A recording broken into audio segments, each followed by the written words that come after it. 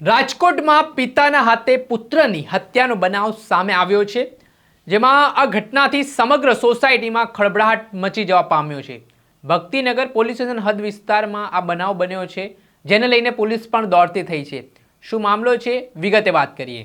વૈષ્ણવજન તો તેને કહીએ જે પીડ પરાઈ જાનાને રે।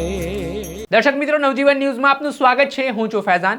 રાજકોટમાં ઘર કંકાસે કરુણ ઘટનાને અંજામ આપ્યો છે ને પિતાના હાથે પુત્રની હત્યાથી સમગ્ર સોસાયટી સહિત વિસ્તારમાં ખળભળાટ મચી જવા પામ્યો છે।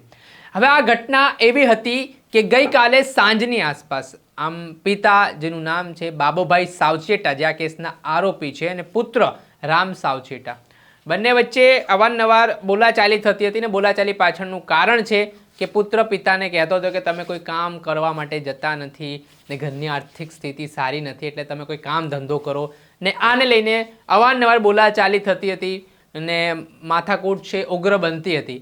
ત્યારે ગઈકાલે પણ આવી જ રીતે જ્યારે રામ સાવચેટાએ પોતાના પિતા બાબુ સાવચેટાને એવું કહ્યું, ઠપકો આપ્યો કે તમે કોઈ કામ કરતા નથી ને માત્ર બેઠા રહો છો, ને આને લઈને વિવાદ થયો। ને આ વિવાદમાં બાબુ સાવચેટા, જે આ હત્યા જે યુવકની થઈ છે તેના પિતા છે, તેઓને ગુસ્સો આવી જાય છે ને તે આવેશમાં આવીને ઘરમાંથી હથોડો કાઢે છે ને રામ સાવચેટા કોઈ કામ કરી રહ્યા હતા તે દરમિયાન તેના પર આડેધડ હથોડાના ઘા ઝીંકીને તેને હત્યા નિપજાવી દે છે।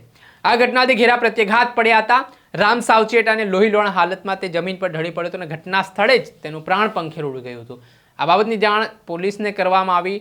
ઘરના લોકોએ આ દ્રશ્ય જોયા તો તેમના પગ નીચેથી જમીન સરકી ગઈ।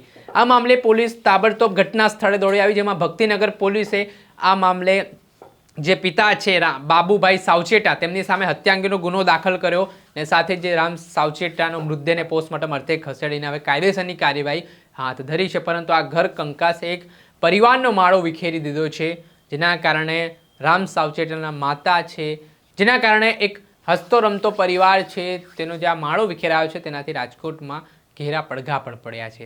દર્શક મિત્રો, આવા જ નવા વિડીયો સાથે આપણે માહિતગાર કરતા રહીશું, ક્રાઇમથી જોડાયેલી સ્ટોરી આપના સુધી પહોંચાડતા રહીશું। એટલે તમારે આટલું કરવું છે, નવજીવન ન્યૂઝને લાઇક કરી દેવું છે, સબસ્ક્રાઇબ કરી દેવું છે, જેના કારણે નવા નવા અપડેટો તમને મળતા રહે।